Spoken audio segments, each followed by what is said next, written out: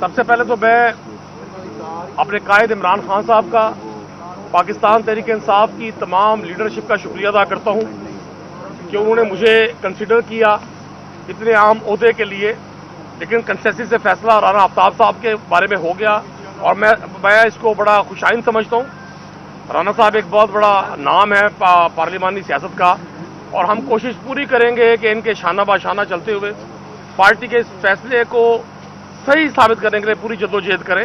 اور اب میں پنجاب کے اراکین اسمبلی سے جنہوں نے پرسوں سی ایم پنجاب کا ووٹ کاسٹ کرنا ہے، ان سے بھی گزارش کروں گا کہ ضمیر کے مطابق اگر آپ ووٹ دینا چاہتے ہیں اور آپ سمجھتے ہیں کہ 12.5 کروڑ کے صوبے کی اس اسمبلی میں ایک ایسا شخص آپ کی نمائندگی کرے جو گراس روٹ لیول سے پالیٹکس کر رہا ہے، تو پھر ہمارا اور سب کا انتخاب رانا آفتاب صاحب ہونے چاہیے۔ اور مجھے بڑی توقع ہے اس بات کی کہ جس معاشی اور سیاسی عدم استحکام کا شکار پاکستان کو کر دیا گیا ہے، جب تک ہم اس فیملی پرائیویٹ لمیٹڈ پالیٹکس سے باہر نہیں آئیں گے پاکستان آگے نہیں بڑھے گا۔ موجودہ حالات میں جو کچھ ہمارے ساتھ ہوا وہ سارا میڈیا جانتا ہے، پورا پاکستان جانتا ہے، لیکن میں خراج تحسین پیش کرتا ہوں پاکستان کے ان 3.5 کروڑ لوگوں کو جنہوں نے 8 فروری کو اپنے ووٹ سے یہ بات ثابت کر دی کہ وہ اس ایگزسٹنگ سسٹم کے خلاف ہیں اور عمران خان کے ساتھ ہیں۔ اگرچہ 9 فروری اور اس کے بعد آج تک جو کچھ ہوتا رہا وہ بھی مورخ لکھے گا سیاہ لفظوں سے۔ ڈوگر صاحب نے اور رانا صاحب نے جو بات کی، میں تھوڑا سا 1 منٹ مزید لوں گا۔ دیکھیں، آج پاکستان کا وہ ووٹر جس نے 2018 میں اپنا ووٹ کاسٹ نہیں کیا تھا، نوجوان تھا، اور 2024 میں اس کا ووٹ بنا، اس نوجوان نے 8 فروری کو اپنا ووٹ پوری وش اور پوری خواہش کے ساتھ پاکستان تحریک انصاف کے کینڈیڈیٹس کو دیا۔ اس کے ووٹ کے ساتھ جو کھلواڑ کیا گیا، جس طرح سے فارم 45 اور 47 کا استعمال کیا گیا، میرے لیے بڑی افسردگی ہے کہ آج ہمارے جو دونوں کلیگ بطور سپیکر اور ڈپٹی سپیکر منتخب ہوئے ہیں وہ عام انتخابات میں اپنی سیٹ سے ہارے ہیں۔ یہ فارم 47 کی پیداوار ہیں۔ اس سے بڑا جرم، ظلم، زیادتی سیاست کے ساتھ، جمہوریت کے ساتھ، آئین کے ساتھ، پارلیمانی نظام سیاست کے ساتھ نہیں ہو سکتی۔ آپ کا بہت شکریہ۔ ابھی رات کے 9 بج چکے ہیں اور میں ہمراہ اپنی بین مشال کے اپنے چیئرمین بیرسٹر گور صاحب کے دفتر آیا ہوں۔ میڈیا پہ زور و شور سے شوکاز نوٹس کی باتیں ہو رہی ہیں اور بیرسٹر گور اور میرے درمیان مخالفت کی باتیں ہو رہی ہیں۔ میں بار بار یہ کہہ چکا ہوں کہ بیرسٹر گور صاحب کے ساتھ میرا تعلق آج کا نہیں ہے، سالوں پرانا ہے۔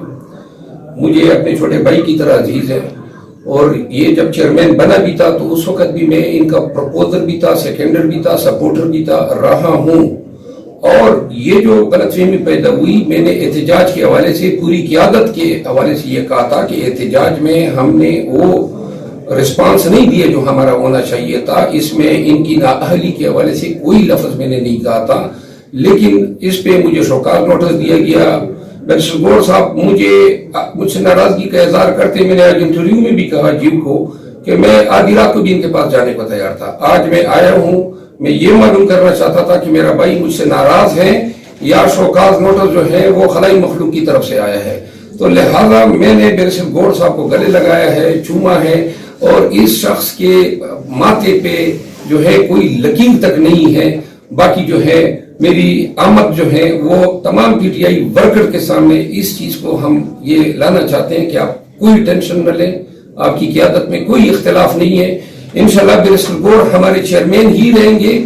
یہ خان کے طرف سے نامزد شدہ ہیں اور خان جس کو بھی نامزد کر دیتا ہے وہ ہمارے سر کا تاج ہوتا ہے۔ بیرسٹر گور صاحب جو ہے آنے والے وقت میں بھی انشاءاللہ پاکستان تحریک انصاف کے چیئرمین رہیں گے۔ ہم ان کے ساتھ ڈٹ کے کھڑے رہیں گے۔